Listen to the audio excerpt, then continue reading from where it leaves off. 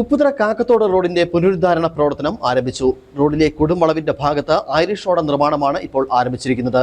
ഉപ്പുതറ പഞ്ചായത്ത് 3.5 ലക്ഷം രൂപയാണ് Irish road നിർമ്മിക്കാനായി അനുവദിച്ചിരിക്കുന്നത്.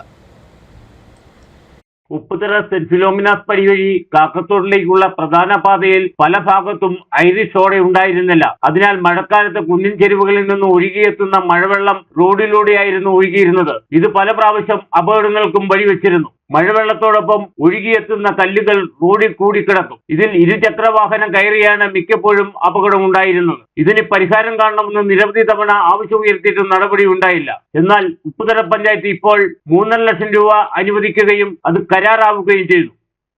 സ്കൂളിലേക്ക് പോകുന്ന വഴിയിൽ വെള്ളമെല്ലാം കയറി റോഡിൽ കൂടെയായിരുന്നു ഓടുകയും റോഡ് ഗതാഗതയോഗ്യമല്ലാതാകുകയായിരുന്നു. അതിന് 3.5 ലക്ഷം രൂപ ഫണ്ട് പഞ്ചായത്തിൽ നിന്ന് അനുവദിച്ചിട്ടുണ്ട്. അതിൻ്റെ വർക്കുകൾ ഇന്ന് തുടങ്ങി. ഐറിഷ് റോഡിന്റെ നിർമ്മാണത്തിന് വാട്ടർ അതോറിറ്റിയുടെ പൈപ്പാണ് തിരിച്ചടിയാകുന്നത്. ചില ഭാഗത്ത് പൈപ്പിന്റെ അറ്റം പൊങ്ങി നിൽക്കുന്നത് കാരണം ആ ഭാഗം ഐറിഷ് ചെയ്യാൻ കഴിയാത്ത അവസ്ഥയിലാണ്. പൈപ്പില്ലാത്ത ഭാഗം നോക്കിയാണ് ഇപ്പോൾ ഐറിഷിന്റെ നിർമ്മാണം ആരംഭിച്ചിരിക്കുന്നത്. വർഷങ്ങളായുള്ള ജനങ്ങളുടെ ആവശ്യത്തിനാണ് ഇപ്പോൾ പഞ്ചായത്ത് പരിഹാരം കണ്ടിരിക്കുന്നത്. Idukki vision news, Upputhara.